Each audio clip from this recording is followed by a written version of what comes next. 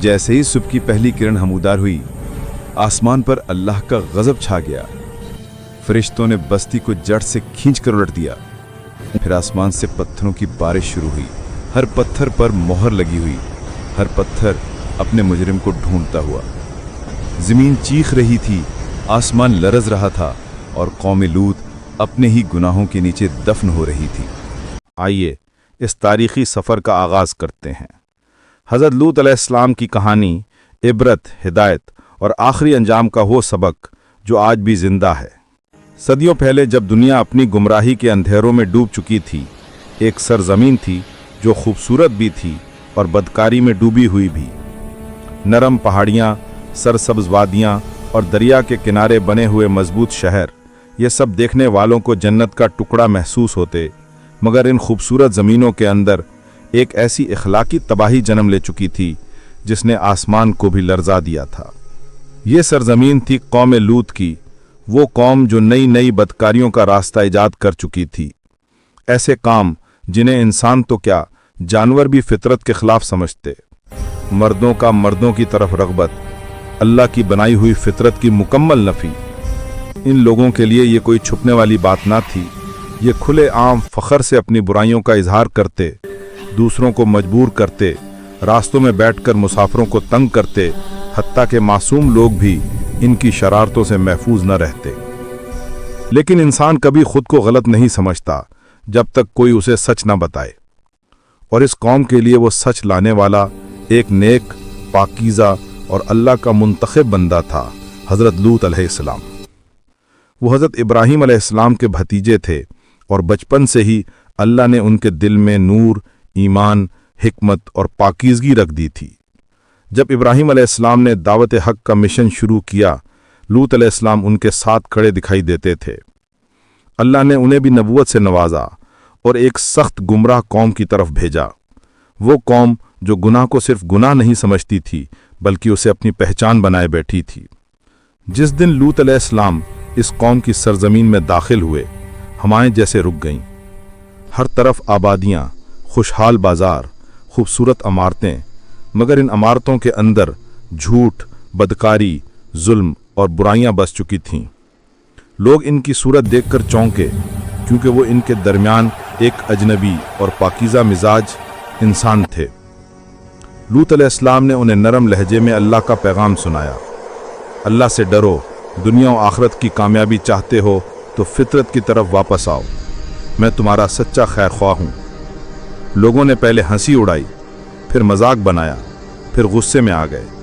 ऐ लूत, तुम हमें उन चीज़ों से रोकते हो जिनसे हमें मज़ा आता है। तुम हमारे रस्म व रवाज बदलना चाहते हो। अगर तुम्हें हमारी ज़िंदगी पसंद नहीं तो यहाँ से चले जाओ। लेकिन नबी वो नहीं होता जो अपनी कौम को छोड़ दे। वो बार बार समझाते, दिन रात मेहनत करते, उनके घरों में जाते, रास्तों में जाके दावत देते, मगर हर बार जवाब मिलता, ये लूत तो बहुत पाक बनता है। लूत अलैहिस्सलाम की कौम ने इतनी तरक्की कर रखी थी कि वो समझते थे कि इनकी ताकत ही सब कुछ है। दुनिया के फ़ानी गरूह ने उनके दिल इतने अंधे कर दिए कि उन्हें अपनी तबाही करीब महसूस भी न होती। लेकिन अल्लाह के नबी कभी हार नहीं मानते। वक्त गुजरता गया, गुनाह बढ़ते गए, कौम हद से तजावज़ करती गई, हत्ता के ऐसे वाक़यात होने लगे जो इंसानियत के लिए शर्म का बायस थे।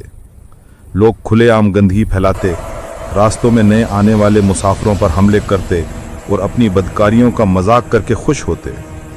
इन सब के बावजूद लूत अलैहिस्सलाम अपनी कौम से नाउम्मीद ना होते। उनका दिल नरम था, उनकी आंखों में दर्द था। वो चाहते थे कि ये कौम अपने अंजाम से पहले लौट आए। मगर हकीकत ये है कि जिन कौमों के दिल मोहर लग जाएं, वो नसीहत से मुतासिर नहीं होते। और फिर एक रात ऐसी आई जिसने तारीख का रुख बदल दिया। आसमानों से 3 फरिश्ते इंसानी शक्ल में उतरे। खूबसूरत चेहरे, सफ़ेद लिबास, ऐसे जैसे नूर से बने हों। उनका असल मकसद कौम लूत पर अजाब नाफिज करना था। लेकिन पहले वो हज़रत इब्राहीम अलैहिस्सलाम के पास पहुँचे। इब्राहीम अलैहिस्सलाम ने इन मेहमानों को ना पहचाना, मगर मेहमानों का इकराम उनके खून में था। उन्होंने फ़ौरन बेहतरीन खाना लाया, लेकिन फरिश्तों ने खाना ना खाया तो इब्राहीम अलैहिस्सलाम घबरा गए। तब फरिश्तों ने हकीकत बताई। ہم تمہیں بیٹے کی خوشخبری دینے آئے ہیں اور ہم قوم لوط کی طرف بھیجے گئے ہیں، اس قوم کے لیے جو گناہ میں ڈوب چکی ہے۔ ابراہیم علیہ السلام گھبرا گئے، لرز گئے، فوراً بولے، وہاں لوط بھی ہے۔ فرشتوں نے جواب دیا، ہم اسے بچا لیں گے، اس کے گھر والوں کو بھی، سوائے اس کی بیوی کے جو گمراہ لوگوں میں سے تھی۔ رات کے اندھیروں میں فرشتے سفر کرتے لوط علیہ السلام کی بستی میں داخل ہوئے۔ انہوں نے خود کو خوبصورت نوجوانوں کی شکل میں ظاہر کیا۔ جیسے ہی لوط علیہ السلام نے انہیں دیکھا، وہ گھبرا گئے۔ انہیں فوراً اندازہ ہو گیا کہ یہ لوگ عام نوجوان نہیں، کچھ خاص ہیں۔ وہ ان مہمانوں کو اپنے گھر لے گئے، کیونکہ وہ جانتے تھے کہ اگر قوم کو ان کا علم ہو گیا تو وہ ان پر ٹوٹ پڑیں گے۔ لیکن قوم تو ایک چھوٹی سی خوشبو بھی محسوس کر لیتی تھی۔ کچھ لوگوں نے ان نوجوانوں کو دیکھا اور پھر پوری بستی میں خبر پھیل گئی کہ لوط کے گھر آج بے مثال خوبصورت مہمان آئے ہیں۔ لوگ ٹولیوں کی صورت ان کے گھر کے دروازے پر جمع ہونے لگے۔ ہنسی، آوازیں، شور، اے لوط، یہ مہمان ہمارے حوالے کر دو، تم جانتے ہو ہم کیا چاہتے ہیں۔ لوط علیہ السلام لرز اٹھے، ان کا دل ٹکڑے ٹکڑے ہو رہا تھا۔ انہوں نے کہا، اللہ سے ڈرو، میرے مہمانوں کو نہ رسوا کرو، یہ میرے پاس پناہ میں آئے ہیں۔ مگر بدبخت قوم ہنسی۔ لوط، تمہیں معلوم ہے ہمارا طریقہ کیسا ہے؟ لوط علیہ السلام بے بس تھے، لیکن آسمان بے بس نہیں تھا۔ فرشتوں نے لوط علیہ السلام سے کہا، اے لوط، آپ فکر نہ کریں، یہ لوگ آج آپ تک نہیں پہنچ سکتے، ہم اللہ کی طرف سے آئے ہیں، صبح ہوتے ہی ان پر عذاب نازل ہوگا۔ ابھی اپنے گھر والوں کو لے کر نکل جائیے، پیچھے مڑ کر نہ دیکھنا، کیونکہ جو عذاب گرے گا وہ دل دہلا دے گا۔ لوط علیہ السلام نے فوراً اپنا گھر چھوڑنے کی تیاری کی۔ دل میں رنج تھا، بے بسی تھی، ایک نبی کی تکلیف تھی۔ وہ قوم جسے انہوں نے سالوں سمجھایا آج تباہ ہونے جا رہی تھی۔ رات کے آخری پہر وہ اپنے خاندان کو لے کر بستی سے نکل گئے، سوائے ان کی بیوی کے جو اندر ہی اندر انہی بدکار لوگوں کی حمایتی تھی۔ وہ بھی عذاب میں شامل ہونے والی تھی۔ اور پھر جیسے ہی صبح کی پہلی کرن ہمودار ہوئی، آسمان پر اللہ کا غضب چھا گیا۔ فرشتوں نے بستی کو جڑ سے کھینچ کر الٹ دیا۔ اونچی عمارتیں زمین میں دھنس گئیں، مضبوط دیواریں ٹوٹ کر ریت بن گئیں۔ زمین چیخ رہی تھی، آسمان لرز رہا تھا، اور قوم لوط اپنے ہی گناہوں کے نیچے دفن ہو رہی تھی۔ وہ قوم جو گناہ پر فخر کرتی تھی، آج اپنی گمراہی کے انجام پر پہنچ چکی تھی۔ صبح ہو چکی تھی، سورج کی پہلی روشنی آسمان پر پھیل رہی تھی۔ پہاڑ خاموش تھے، ہوائیں رکی ہوئی تھیں، اور فضا میں وہ ڈراؤنی خاموشی تھی جو بڑے حادثوں کے بعد باقی رہ جاتی ہے۔ حضرت لوط علیہ السلام اپنی قوم کی بستی سے نکل کر ایک محفوظ فاصلے پر کھڑے تھے۔ ان کے دل میں عجیب کیفیت تھی۔ ایک طرف شکر تھا کہ اللہ نے انہیں بچا لیا، دوسری طرف درد تھا کہ وہ قوم جسے انہوں نے برسوں سمجھایا آج مٹی اور پتھروں کے ڈھیر میں بدل چکی تھی۔ پیچھے سے چیخیں، دھماکے اور زمین کے پھٹنے کی آوازیں سنائی دے رہی تھیں، لیکن اللہ کا حکم تھا، پیچھے مڑ کر نہ دیکھیں۔ اسی دوران لوط علیہ السلام کی بیوی نے مڑ کر دیکھا۔ دل میں وہ قوم کے ساتھ تھی، اس کا خاتمہ بھی انہی کے ساتھ ہوا۔ عذاب کی لپیٹ نے اسے پکڑ لیا اور وہ بھی باقی مجرموں کی طرح تباہ ہو گئی۔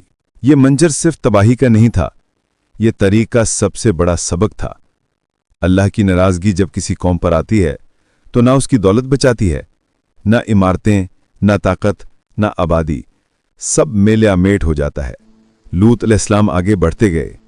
وہ اس سرزمین سے دور جا رہے تھے جو کبھی آباد تھی اور اب پتھروں کا قبرستان بن چکی تھی۔ ان کے ساتھ ان کی 2 بیٹیاں تھیں جو ایمان پر قائم تھیں، جو پاکیزگی کی علامت تھیں۔ راستے میں لوط علیہ السلام نے رک کر ایک لمبی سانس لی۔ ان کی آنکھوں سے آنسو بہہ نکلے۔ یا اللہ، میں نے پوری کوشش کی، میں نے انہیں سمجھایا، میں نے انہیں پیغام پہنچایا، مگر وہ نہ سمجھے۔ اللہ کی طرف سے جواب آیا، اے لوط، آپ نے اپنا فرض ادا کیا، ہدایت دینا ہمارا کام ہے۔ لوط علیہ السلام ایک نئی سرزمین کی طرف نکل گئے، جہاں انہوں نے اپنی زندگی اللہ کی عبادت اور نصیحت میں گزاری۔ ان کی بیٹیاں ان کا سہارا بنی۔